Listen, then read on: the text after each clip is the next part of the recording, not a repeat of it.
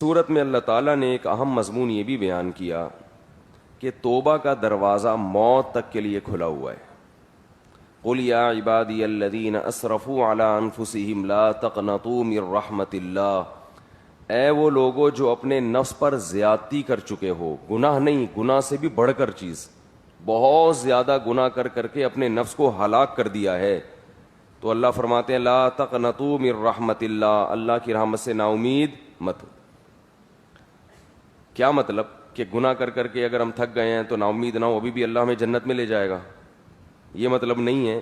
مطلب آگے آ رہا ہے اسی آیت میں، فرمایا اب کرنا کیا ہے، وَأَنِيبُوا إِلَىٰ رَبِّكُمْ وَأَسْلِمُوا لَهُ، اب تم اپنے رب کی طرف مائل ہو جاؤ اور اللہ کے فرما بردار بن جاؤ، من قبل ان یاتیکم العذاب، اس سے پہلے کہ اللہ کا عذاب آ جائے، یعنی نا امید مت ہو توبہ سے، اگر توبہ کرو گے تو توبہ قبول ہو جائے گی۔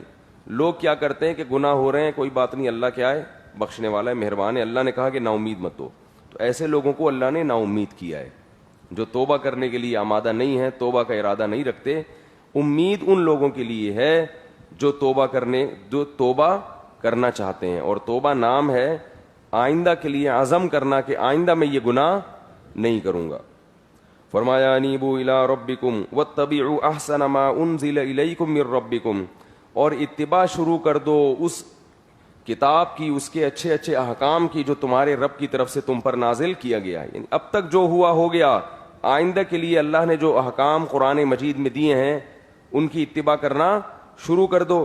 من قبل ان یاتیکم العذاب بغتۃ وانتم لا تشعرون، اس سے پہلے کہ اچانک تم پر کوئی عذاب آئے اور تمہیں شعور بھی نہ ہو، پتہ بھی نہ چلے۔ بسا اوقات انسان کے ساتھ حادثہ ہوتا ہے جو موت کا سبب بن جاتا ہے، اور انسان پہلے سے موت کے لیے تیار نہیں ہوتا، تو بتایا جا رہا ہے کہ توبہ میں جلدی کرو، اس امید پہ مت رہو کہ میں ابھی جوان ہوں، بڑھاپے تک مؤخر کر دیتا ہوں، ابھی بوڑھا ہوں، ابھی اور بھی بوڑھا ہو جاؤں گا۔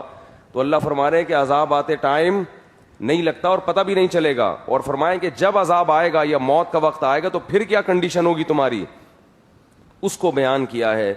ان تقول النفس یا حسرتا علی ما فرطت فی جنب اللہ، اس وقت کہو گے کہ ہائے کاش میں اللہ کے بارے میں اتنی کوتاہی نہ کرتا، اللہ کے حکام کے بارے میں بڑی کوتاہی کی میں نے، جب موت کا وقت ہوگا تو یہ حالت ہوتی ہے۔ وَإِن كُنتُ لَمِنَ السَّاخِرِينَ، اور میں اللہ کے حکام کو سنجیدگی سے لیتا ہی نہیں رہا۔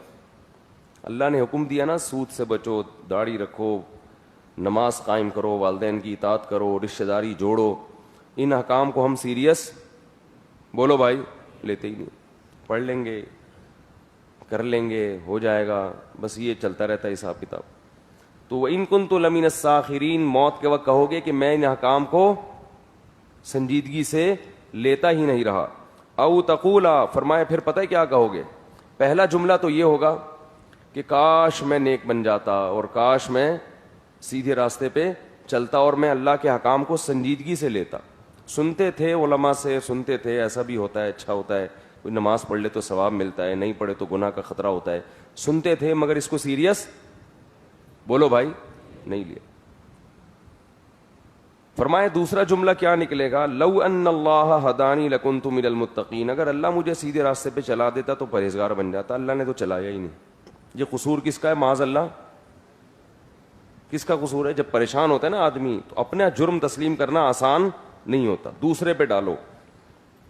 تو اللہ نے میری قسمت میں ہدایت لکھی نہیں تھی، اس لیے میں یہ مصیبت میں ہوں۔ فرمایا تقول حین تر العذاب، لیکن جب عذاب اپنی آنکھوں سے دیکھے گا تو پھر کیا کہے گا، لو ان لی کرۃ فاکون من المحسنین، اے اللہ ایک دفعہ دوبارہ دنیا میں جانے کا موقع دے دے، میں نیک بن کے دکھاؤں گا۔ محسنین، متقین سے اوپر کا درجہ ہے محسن۔ تقویٰ کا معنی گناہوں سے بچنا، بس فرائض واجبات پورے کرنا، اور محسن کہتے ہیں ہر عمل کو درجہ احسان تک پہنچانا۔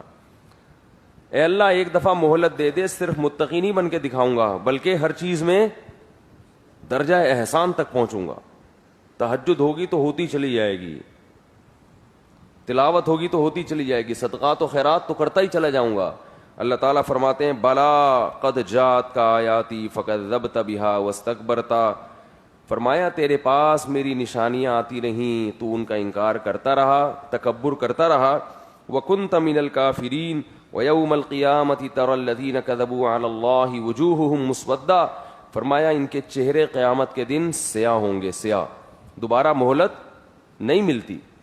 تو اس لیے بھائی ہمیں اپنے اعمال کا جائزہ لینا چاہیے کہ توبہ کو ہم مؤخر نہ کریں. توبہ کن چیزوں سے ہوتی ہے؟ کبیرہ گناہوں سے. ان تجتنبوا کبائر ما تنہون عنہ نکفر عنکم سیئاتکم. فرمایا اگر تم کبیرہ گناہوں سے بچو گے تو چھوٹی موٹی خطائیں ہم، بولو بھائی، معاف کر دیں گے. تو کبیرہ گناہوں سے بچنا کیا ہے؟ ضروری ہے.